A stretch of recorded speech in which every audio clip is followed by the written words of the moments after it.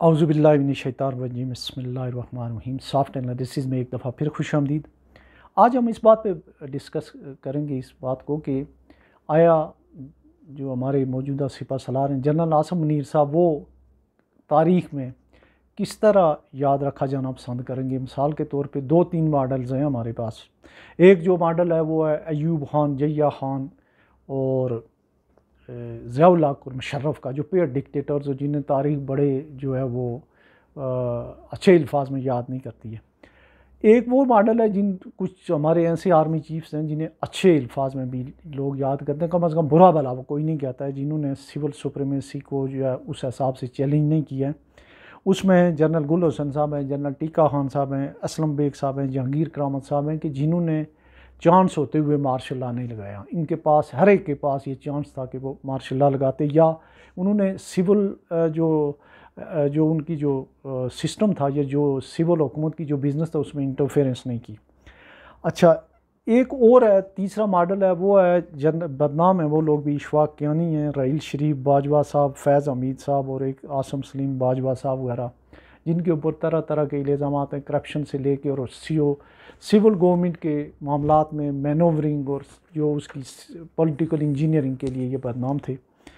तो अभी तक तो जो लग रहा है वो जो है वो इंतहाई कम को बहुत ही सॉफ्ट स्पोकन, और इनमें से किसी बंदे की तरह वो कोई उस तरह की जो है वो एग्रेसिव पोस्चर हमने उनका नहीं देखा है। और दीनदार आदमी है, बड़ी अच्छी शोहरत है और बड़े सॉफ्ट स्पोकन है, बड़े अच्छा उनका जो है वो सिलसिला रहा है। लेकिन हैविंग सेड दैट, अभी तक जो चीज़ें उनकी तरफ से सामने आ रही हैं वो है वही लोग, उसी तरह की उनकी जो एक्शंस हैं या उनके साथ वही चापलूस लोग हैं जो अयूब खान के साथ ज़ियाउल हक या उनके साथ थे, मुशर्रफ के साथ थे, कि वो कासाले सी या वही जो है वो जो मक्खन लगाने वाले लोग, उसमें जो है मीडिया के लोग हैं, जैसे कामरान खान हुआ, मुबशर लुकमान हुआ, इस तरह के लोग जो ज़ाती फ़ायदा उठाने के लिए जो है इदारों को इस्तेमाल करते हैं। फिर जो जमहूरियत और इसके अगेंस्ट जो हमारा मौजूदा सिस्टम है, जो हमारा पार्लिमानी सिस्टम है, इसके मुखालफिन का एक बहुत बड़ा टोला है, जिसमें कुछ ब्यूरोक्रेट्स भी हैं, कुछ टेक्नोक्रेट्स भी हैं, और उसमें सबसे ज़्यादा पावरफुल मल्टी बिलियनर ट्रिलियनर जो हैं ये लोग हैं, अपटिमा वाले लोग हैं। उसमें वो अकील करीम डैडी हैं और वो ज़ुबैर मोती वाला और लाहौर के और फैसलाबाद के बड़े बड़े ये लोग भी जो है उनके इर्द गिर्द हैं, और वो भी मुझे लग रहा है कि बड़े इन हैं वो लोग।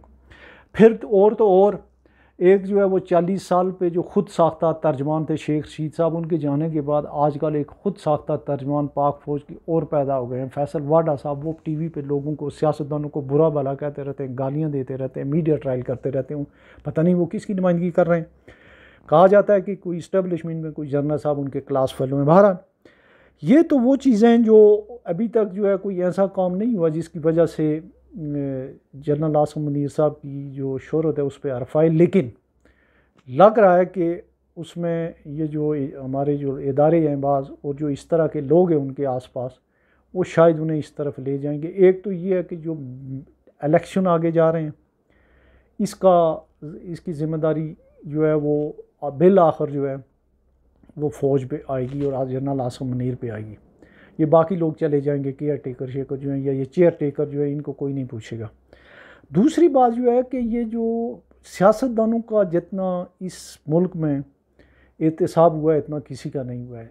हुसैन शहीद सोहरावर्दी, ख्वाजा नाज़मुद्दीन से लेके नवाज़ शरीफ तक जो जितने सियासतदान हैं उनके साथ वो कुछ हुआ है कि जो शायद ही किसी मुल्क में किसी के साथ हुआ। उसमें भुट्टो साहब की शहादत, बीबी की शहादत भी शामिल है। लेकिन कभी किसी डिक्टेटर को किसी ने कभी कुछ नहीं कहा। तो अब जो है ये मीडिया ट्रायल जो है सियासी जमातों का और सियासतदानों का शुरू हुआ है, और उसमें सबसे जो पहली बात है वो ये हो कि कोई तोड़ फोड़ जो शुरू हो रही है जमातों की, ये सियासी इंजीनियरिंग जो है ये बंद होनी चाहिए। अगर इसमें मुलव्वस हो गई हमारी इस्टेब्लिशमेंट और मज़ीद सियासी जमातें कमज़ोर की गई तो फिर ये वफाक जो है वो कमज़ोर होगा। इस वक्त जो सबसे इम्पॉर्टेंट बात है वो ये है कि इलेक्शन करवाए जाएं। इलेक्शन करवाए जाने के बाद जो है जो भी हुकूमत आए, जो भी पार्टी जीते, और फेयर लेवल प्लेइंग फील्ड होनी चाहिए। पीटीआई, पीपल्स पार्टी, नून लीग लग ऐसे रहा है जो अभी तक एक्शन है जो हमारे इस्टेब्लिशमेंट की तरफ से या जर्नली वो मतलब अनअनाउंस एक्शन दिए हैं कि बगैर इलेक्शन के अगली हुकूमत जो है जैसे नून लीग को दे दी जाएगी। तो इसका जो एक असर है, एक नेगेटिव जो इम्पैक्ट पड़ रहा है वो जो है जनरल आसिम मुनीर साहब की उस पर जो शोहरत पे पड़ रहा है। इस शोहरत, इस जो है इस इम्पैक्ट, इस जो ये जो एक तासर है, इसको भी ज़ायल होना चाहिए। और दूसरा जो हो रहे हैं ऑपरेशन हो रहे हैं, ये इनके अगर ठीक है सियासतदानों का भी एहतसाब हो, लेकिन जो स्मगलिंग हो रही है, स्मगलिंग में मैं बाहर आ कह चुका हूँ कि स्मगलिंग जो है वो कोई आम बंदा नहीं कर रहा है, उसमें हमारे इदारे मुलव्वस हैं। उसमें जो 4-6 दिन पहले CIA की एक रिपोर्ट आई कि जी उसमें फ़लाँ लोग हैं और फ़लाँ लोग हैं और वो सियासतदान हैं। तो इतनी बड़ी तादाद में मेरी गुजारिश है जो हाई अप्स हैं कि इतनी बड़ी हज़ारों तादाद में गाड़ियाँ, हज़ारों तादाद के जो स्मगलर हैं, उनको जब तक हमारी एजेंसीज़ या लॉ इन्फोर्सिंग एजेंसीज उनकी पैटर्नेज ना करें, तो ना तो यहाँ कोई अंदर चीज़ आ सकती है, ना यहाँ से बाहर जा सकती है। और हमारी जो डिस्ट्रिक्ट मैनेजमेंट है, जिस तहसील हेडक्वार्टर या ज़िले से या SHO की हाथ से जो है ये अगर चीज़ें निकल रही हैं, चावल, चीनी, आटा और करेंसी, तो उनको ये पता होना चाहिए कि हमारे इलाके में क्या हो रहा है। ये हज़ारों की तादाद में करेंसी के स्मगलर जो हैं, इनकी पैटर्नेज है, और इसको जो है डिस्ट्रिक्ट मैनेजमेंट वाले लोग या पुलिस वाले जो हैं, FIA वाले हैं, और बॉर्डर पे जो लोग मुतय्यन हैं वो इनको जो है वो कर रहे हैं। तो इसकी तरफ भी जो है उन्हें तवज्जो देने की ज़रूरत होगी, और जल्द अज जल्द। और अगर आज जनरल आसिम मुनीर साहब अपना नाम जो है जनरल गुल हसन टीका खान, असलम बेग और जहांगीर करामत साहब की जैसे लोगों की जगह जो है याद रखा जाना चाहिए, तो उन्हें गैर सियासी होके तो वो काम करना होगा। और गैर ये जो पॉलिटिकल इंजीनियरिंग बाज़ इदारे कर रहे हैं, जो सियासी जमातों की कोई बाज़ को बना रहे हैं, बाज़ को तोड़ रहे हैं, और 75-75 साल के ये सियासतदान जो है उनको कभी एक हाथ में हथकड़ी होती है, कभी दूसरे में होती है। इससे हमारा मुल्क भी बदनाम हो रहा है और कोई फ़ौज की भी नेक नामी नहीं हो रही है। तो होपफुली कि जनरल साहब जो हैं अपनी शोहरत के मुताबिक अब जो अपनी टीम को भी रीएडजस्ट कर रहे हैं, तो होपफुली की जो है उनका वो ये पसंद करेंगे कि तारीख़ में उनका नाम जो है वो जो है अयूब खान, ज़ियाउल्लाह या मुशर्रफ के साथ ना लिया जाए, बल्कि बेहतर लोग जो जमहूरियत के लिए, जैसे असलम बेग साहब के पास बड़ा अच्छा मौका था, गुल हसन साहब के पास मौका था, और जहांगीर करामत साहब के पास, तो ये जो है जिन्होंने जमहूरियत और आइन की पासदारी की, उनके साथ उनका नाम लिखा जाए और अच्छे अल्फाज में उन्हें याद किया जाए। आज का प्रोग्राम यहीं हम इसको समाप्त करते हैं। अपना बहुत सारा ख्याल रखिएगा। अल्लाह हाफ़िज़।